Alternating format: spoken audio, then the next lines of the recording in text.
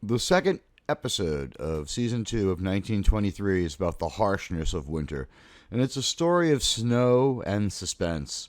Captain of Industry Donald Whitfield sees money in the snow blanketing the mountains, but for the Duttons, the winter holds only pain. At the Yellowstone Ranch, there's no keeping the wolves at bay. Alex fights morning sickness on the Atlantic, and in Galveston, Spencer Dutton is godfathered into an organization that made him a pizza and an offer that he couldn't refuse. How you doing? It's Admiral Teague, and welcome to the 1923 recap and review. It was yet another amazing episode, earning high marks from myself as well as my panel. So hit those like and follow buttons, and I'll tell you the deal. This episode is all about survival, physical, emotional, and financial in a world where the elements don't care who you are. The narrative weaves seamlessly between the Dutton struggles at the Yellowstone Ranch, Spencer Dutton's misadventures in Galveston, and the chilling ambitions of Donald Whitfield, played with an icy precision by Timothy Dalton. Franchise narrator Isabel May sets the tone with a haunting voiceover calling a blizzard second only to fire as nature's great destroyer. And man, does that ring true as we watch the snow burying the dreams and revealing the schemes. After Isabel May's haunting narration, we're with Timothy Dalton and Banner Creighton driving across Montana. Creighton reveals the sheep he fought so hard to protect have all died from worms. This draws a reprimand about financial responsibility from Timothy Dalton, who notes all the unprincipled and violent things Banner has done to preserve the flock. It's a speech worthy of a Bond villain. Whitfield's gloating is only interrupted by his sixth sense for money being triggered when he sees some employees skiing for fun. Whitfield's idea of what he would do for fun was on display last week, but he also finds enriching himself quite entertaining. Whitfield immediately sees a profit and a potential, correctly pointing out that people will be coming to Yellowstone Park and eager to pay for the experience of skiing. Now, in 1923, skiing wasn't the tourist magnet it would become decades later. Montana's first ski resorts don't pop up until the 1930s. But Whitfield's a visionary, and what he's seen has planted yet another lucrative idea into his mind. Dalton and Flynn play off each other like it's a high-stakes poker game. Sharp, tense, unforgettable. Their dialogue's great as well. In Bozeman, Jack Dutton in Terminator 2, or Commissioner Dutton and Sheriff McDowell, as the courthouse secretary calls them, are on something of an errand of mercy. Judge Roy Garrett is a sanctimonious blowhard. In a few ways. The fate of Zane Davis, the ranch hand arrested in Season 1 for marrying and having children in violation of Montana's anti-miscegenation laws, which are around until 1953, are the stakes here, with Zane's wife and two kids caught in the crossfire. Jack's fighting to bring them back to the Yellowstone. The judge throws around the segregation laws like they're the gospel, while McDowell counters with violation of prohibition.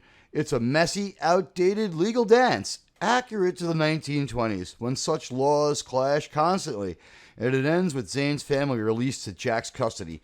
A small win, but the blizzard's brewing and time's running out. Back at the Yellowstone, a likely rabid wolf in the henhouse has faced down and then chased down Liz, who can catch bullets but not a break. Let me tell you how she got these scars. She was shot by Creighton and his goons in Season 1, which caused her to lose her baby. The impending blizzard means it's a race against clock to get her medical care.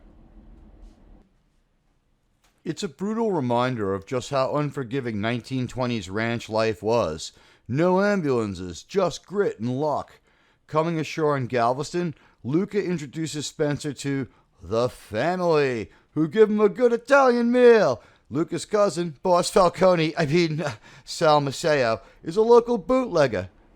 Spencer sets out to eat the pizza with a knife and fork. Absolute culinary heresy. Fortunately, he's stopped by the chef who shows him the old Brooklyn Fold method of eating the pizza by hand, thereby saving Spencer's immortal soul.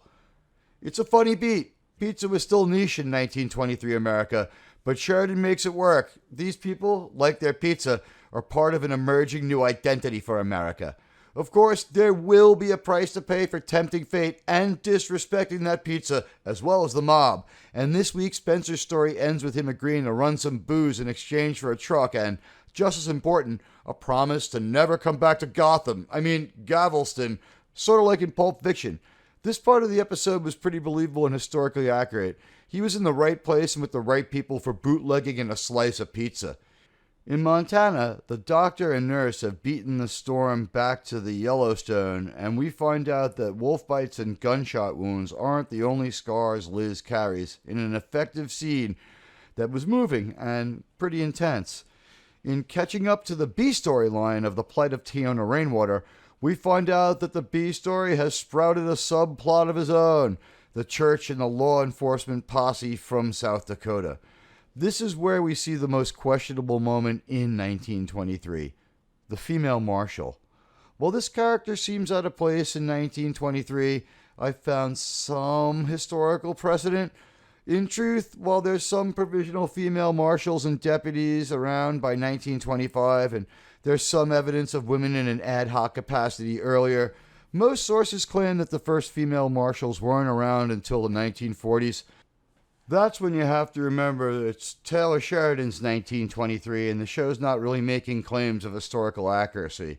The marshal's a no-nonsense girl boss played by Dexter's sister. It helps that she's introduced and makes some condemnations against the most loathsome people in the show. The marshals from Montana and Father Renault from the Guardian School are absolutely despicable.